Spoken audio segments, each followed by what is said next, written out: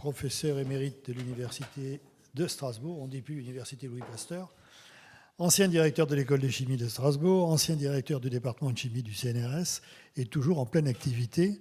Et Jean-Claude va nous présenter l'importance de la chimie autour de cette pandémie. Il ne va pas parler que du vaccin, hein, il va parler de tous les polymères qu'on utilise partout, enfin, etc., etc. Je lui laisse la primeur.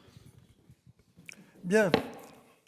En donnant ce titre, l'indispensable chimie, à mon exposé, je voulais montrer que le chemin du vaccin, d'un réacteur biologique à l'épaule du patient est semé d'un certain nombre de difficultés qui peuvent être résolues grâce à la chimie sans que l'on s'en rende vraiment compte. Il faut d'abord dire que jusqu'en 2020, jamais l'industrie pharmaceutique ne s'était frottée à un tel défi. Comment vacciner en 2 ans de l'ordre de 6 milliards d'individus pour les protéger d'un virus dont on ne savait rien en 2019 ? Ce sont après la découverte du challenge de produire 10 à 12 milliards de doses, les stocker, les distribuer, les acheminer, alors que jusqu'à présent, les chiffres que nous avions en tête étaient plutôt de l'ordre du million et non pas de l'ordre du milliard. À cela s'ajoutait, pour certains d'entre eux, Pfizer et Moderna, la protection de l'ARN passant, pour certains d'entre eux, par des basses températures, je dirais même des très basses températures, rarement vues au niveau industriel. Alors nous allons voir comment la chimie a pu être sollicitée tout au long de la chaîne de valeur pour résoudre les problèmes. Et tout d'abord, les polymères. Alors ces plastiques que l'on veut voir disparaître sont cependant indispensables et ils ont envahi les métiers et les soins de santé, les masques, les blouses, les cathéters, etc. Ils sont formés de chaînes organiques. Ils sont formés de chaînes organiques linéaires en ce qui concerne le polyéthylène, des chaînes de CH2. Pour le polyester, ces chaînes de CH2 s'ajoutent des chaînes de groupe téréphthalate. Et enfin, le polypropylène, ce sont des chaînes de CH greffées avec des groupes méthyl. Voyons maintenant quelques utilisations dans justement ce domaine qui nous a intéressés dans toute cette journée. Tout d'abord, les polymères, principalement le polyéthylène. Sur les poches de réaction et de conservation avant et après les dilutions et les ajouts. Ils sont fabriqués par soufflage dans des moules de 1 litre, plusieurs dizaines, même centaines de litres. On peut citer par exemple la société Carélide dans le Nord, à Mouveau, qui a investi récemment dans une chaîne pour des poches de perfusion. C'est la perfusion du paracétamol qui est utilisée dans les hôpitaux pour le traitement du Covid, par exemple. Deuxième exemple, le polypropylène. Les masques de protection, ils sont en polypropylène avec des couches de fibres non tissées, avec des filtres et qui sont obtenus par melt-blown, c'est-à-dire extrusion-soufflage. C'est un petit peu le même procédé que l'on utilise sans fusion pour isoler les combles de nos maisons. On souffle des fibres dans les greniers ou dans les combles. Et ici, c'est un peu différent puisqu'on fond et on souffle pour obtenir des fibres très très fines qui sont en polypropylène. On peut y ajouter aussi un peu de polyester, également des polyimides, et parce qu'on couple là un phénomène électrostatique qui repousse les gouttelettes qui pourraient arriver, et donc on profite à la fois non pas seulement du filtre, mais aussi d'un phénomène électrostatique qui repousse.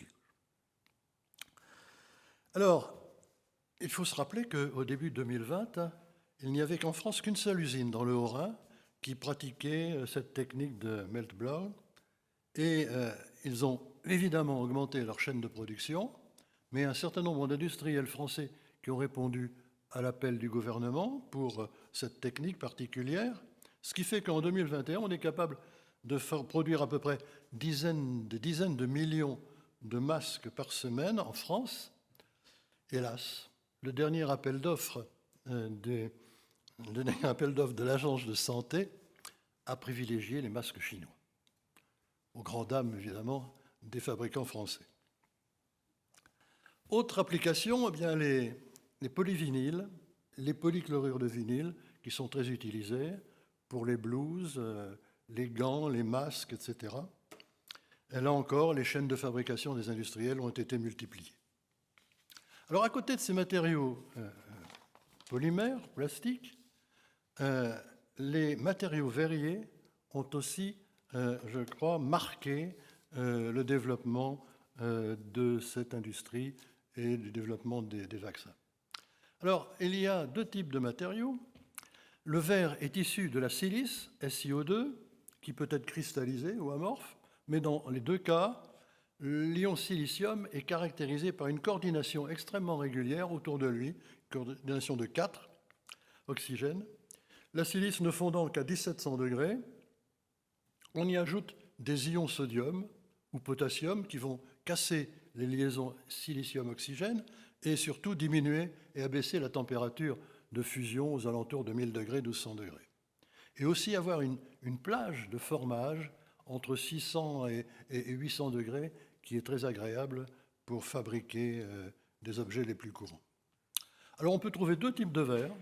Les verres sodocalciques, dont la composition approximative est donnée ici, avec environ 75% de formateurs de réseau et 14 à 15% d'alcalins, et également 10 à 11% d'alcalinoterreux. Les borosilicatés comportent, eux, beaucoup plus d'oxyde de bore, B2O3. Les verres sodocalciques, c'est les verres courants, les bouteilles, les vitres. Pour les verres borosilicates, les chimistes le connaissent bien puisqu'ils manipulent tous les jours des verreries en pyrex qui comportent pas mal de bore et qui résistent au choc thermique.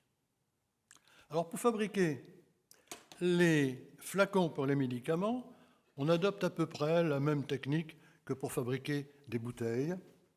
La paraison, c'est-à-dire, je dirais, le verre pâteux, est envoyé dans un moule. On le plaque d'abord sur ce moule et ensuite on le balance dans un moule de finition et on souffle pour avoir la forme définitive. Donc c'est la technique de ce que l'on appelle pressé-soufflé.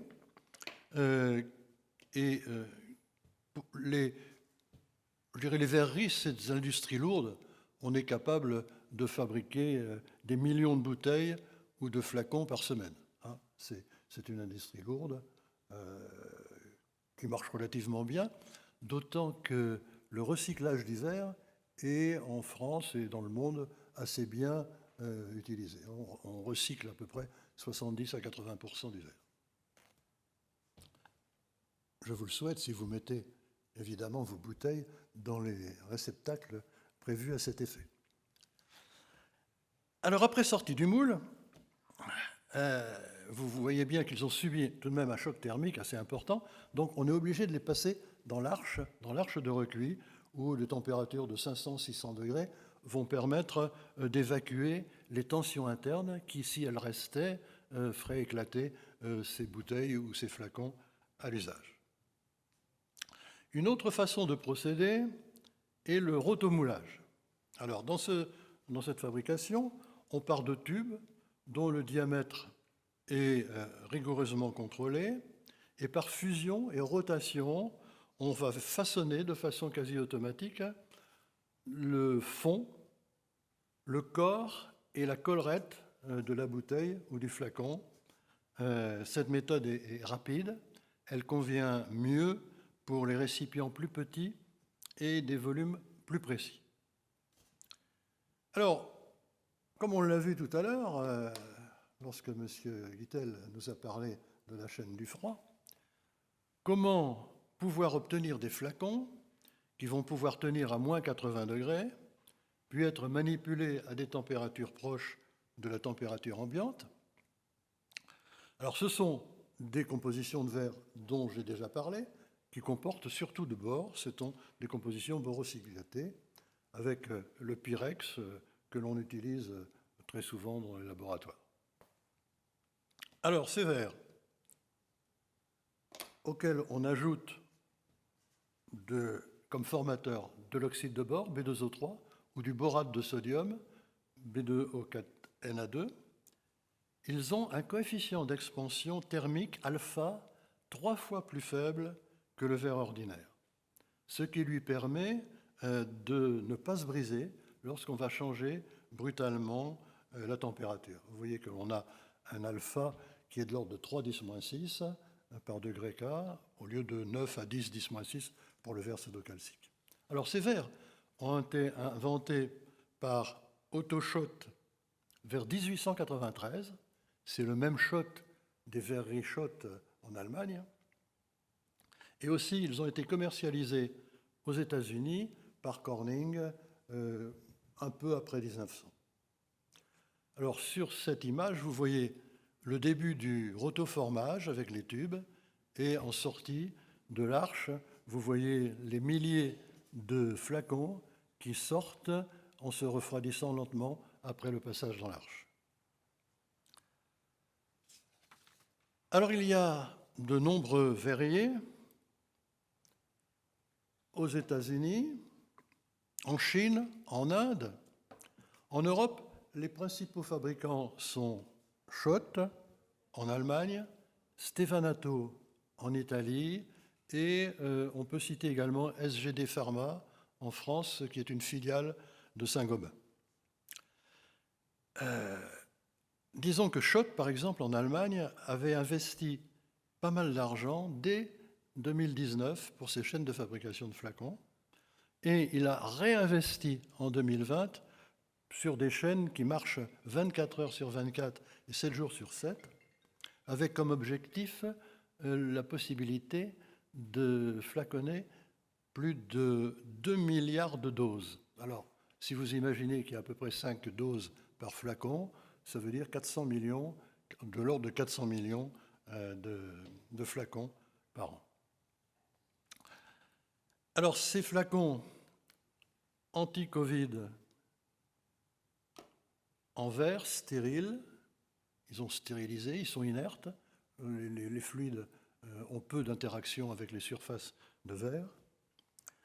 Ils doivent aussi être fermés avec un bouchon de caoutchouc, un peu spécial, thermosouple, qui résiste et qui bouge bien même à basse température, avec une coiffe de sertissage en aluminium et une capsule centrale qui peut être percée sans entraîner de débris de caoutchouc à l'intérieur.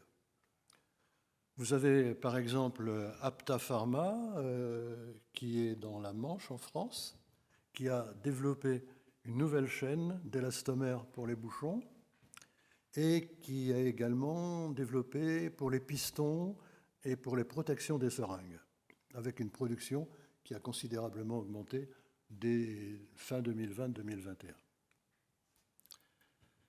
Alors, comme vous l'a dit M. Guittel tout à l'heure, il y a effectivement le problème du stockage à basse température. Il faut stocker le vaccin Pfister, par exemple, dans des supercongélateurs à moins 80 degrés C. Alors, il existait déjà ces supercongélateurs dans les labos, mais peu à l'échelle industrielle. Il a donc fallu augmenter considérablement la production de ces supercongélateurs. Alors le principe est relativement bien connu, c'est la compression et décompression et condensation de gaz frigogène. Pour aller à moins 80 degrés, en général, il y a deux compresseurs, un premier compresseur et un détendeur pour aller jusqu'à moins 60 degrés, et un deuxième compresseur pour aller à moins 78, moins 80 degrés. Alors les gaz frigogènes, c'est un peu compliqué parce que les gaz frigogènes chlorocarbures ont été bannis de la planète suite aux trous d'ozone et aux gaz à effet de serre. Donc maintenant, on utilise beaucoup les chlorodifluoroéthanes ou les tétrafluoroéthanes qui sont agréés à la norme RS 134 et qui ont peu d'influence sur les gaz à effet de serre et sur le trou d'ozone. Alors plusieurs fabricants sont spécialistes de ça. Vous avez un grand fabricant qui est Thermo Fisher aux États-Unis. Vous avez également PHCB au Japon et en France, une usine près de Lyon, Froid Labo, qui fournit également ces supercongélateurs. Évidemment, la surchauffe en 2020, si j'ose dire pour des supercongélateurs, a marqué ces chaînes de fabrication. Alors, sorti du congélateur, il faut effectivement pouvoir transporter les flacons par avion, par train, par camion, etc., pour les amener au centre de distribution, aux hôpitaux et maintenant aux vaccinodromes. Alors, là encore, la chimie est importante puisque on cherche des isolants thermiques et donc, d'abord, le polystyrène expansé. Alors, le polystyrène expansé, on moule des plaques avec à l'intérieur des pores extrêmement importants, ce qui fait que c'est finalement, il y a 90% de pores et 1% de polystyrène, et donc on a des choses très légères mais assez isolants. Le PSE, polystyrène expansé, est 400 fois moins conducteur de la chaleur que le verre ou le béton, ce qui veut dire qu'on l'utilise aussi pour isoler les bâtiments. Mais pour améliorer la conservation basse température, on peut doubler les sacs, on peut doubler les cartons avec le polystyrène expansé. Et pour mieux encore garder la basse température, on peut utiliser des poches de polyester dans lesquelles on a mis des liquides eutectiques qui comportent de l'eau et un sel, comme par exemple l'eau plus le chlore. Il a un eutectique à moins 20 degrés. L'eau et le chlorure de calcium ou le chlorure de magnésium ont des eutectiques à moins 33 degrés. Donc on peut effectivement, pour améliorer la conservation, avoir des poches de polyester qui sont également remplies de ces sels. Alors c'est ainsi que sont réalisés les sacs isothermes en toile ou en polychlorure de vinyle, PVC, isolés avec des plaques de polystyrène expansé sur les côtés, et des armoires isothermes où les boîtes de flacons Covid peuvent être posées sur des plaques réfrigérantes remplies de ces eutectiques et capables de conserver le froid pendant plusieurs heures. Pour des températures plus basses, on utilise, comme on vous l'a dit tout à l'heure, la glace sèche ou neige carbonique qui a la propriété de se sublimer à moins 78 degrés. Alors on l'utilise dans des containers isothermes, mais on a profité là de l'innovation dans les isolants thermiques, avec ce que l'on appelle les PIV, les panneaux isolants sous vide. Alors comment ça marche? Eh bien, ce sont des enceintes, des plaques qui sont en polyester à plusieurs couches, avec en plus un film d'aluminium réflectorisant sur l'une des faces, et qui comportent à peu près des poudres nano-formées, 80% de SiO2 et 15% de carbure de silicium, qui sont nanostructurés, où les pores à l'intérieur de ces grains sont des dimensions qui sont inférieures au libre parcours moyen de l'oxygène ou de l'azote. Si bien qu'ils ne peuvent pas transmettre du tout. On est là au stage ultime, je dirais, physique de l'isolation thermique. Et donc là, on n'a malheureusement pas de fabricant français. On a une entreprise germano-suisse qui est VAQ-Tech, qui fabrique ces couches ou ces...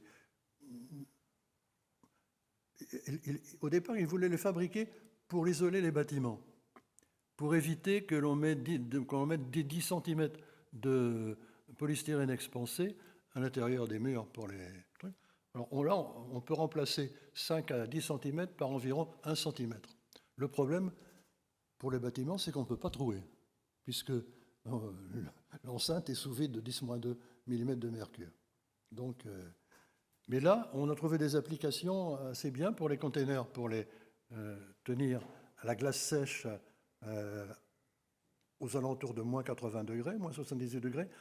Avec ces isolants, panneaux isolants sous vide, on peut tenir la température de plusieurs jours, de 5 à 10 jours. Donc, ce qui facilite le transport dans des camions ou dans des avions. Bien, alors restent les seringues à usage unique. Là encore, les fabricants chinois sont dominants. 2 Européens tirent leur épingle du jeu, sans jeu de mots, avec Almo en Allemagne et Schott également en Allemagne. Alors, il y a des productions automatisées chez Almo de plusieurs millions de seringues par jour, et Schott avec des cœurs contenant du verre. C'est des enceintes de 1 millilitre jetables. On peut dire que Almo, il a une production d'environ 300 millions de seringues, aux États-Unis, on a Button et Dickinson qui, eux, sont aux alentours du milliard de seringues de production annuelle. Bien. Alors, que dire de plus? Bien, il faut se rappeler qu'il y a eu des fabrications en flux tendu. Avec des chiffres de 12 milliards de doses, on a eu des demandes en composants considérables. Parce qu'en plus, il y a eu la reprise 2020-2021, la reprise de l'activité en Chine. Il y a eu également, à l'hiver, en février 2021, des problèmes dus au froid intense qui a sévi au Texas, qui a entraîné des coupures de courant de plusieurs semaines, ce qui fait que les complexes chimiques qui sont en bordure de la baie du Mexique se sont arrêtés pendant un certain temps, et donc il y a eu vraiment, à un moment donné, pénurie de polyéthylène. Et ça s'est répercuté un petit peu partout, avec les risques d'avoir des ruptures de chaînes de fabrication. Donc des difficultés d'approvisionnement que tout à l'heure les industriels qu'on a entendus nous ont brièvement parlé. Il n'y a pas eu de rupture de chaîne, mais vraiment une situation extrêmement tendue sur la production de polyéthylène, de polypropylène, etc. Alors, ceci a évidemment entraîné une inflation très forte. En particulier, ce petit schéma vous montre que ce qui est valable pour l'industrie électrique, mais aussi pour l'industrie pharmaceutique. On a eu des augmentations de l'ordre de 100% sur les polymères, notamment le PVC et le polypropylène. On a eu également des augmentations de 40% sur les métaux, l'acier, également le cuivre, pas tellement pour nous, mais sur l'aluminium, et l'augmentation de l'ordre de 30% sur l'oxyde de bore, ce qui a entraîné des augmentations de l'ordre de 20% sur le verre. Donc, inflation forte qui va encore durer. On me parle aussi des problèmes de rupture sur les cartons. Alors, je ne sais pas si le fait que beaucoup de gens ont passé leurs commandes par Internet et ont reçu leurs colis par carton, ou si vraiment vous avez fait vraiment beaucoup de cartons de doses, je ne sais pas. Mais toujours est-il qu'il y a actuellement, je dirais, inflation et risque de pénurie pour les matières premières, avec des délais importants qui se créent. Pour conclure, je dirais que si la biologie a fait des miracles, la chimie a fait des prouesses et l'industrie a fait l'impossible. Merci de votre attention. Merci Jean-Claude.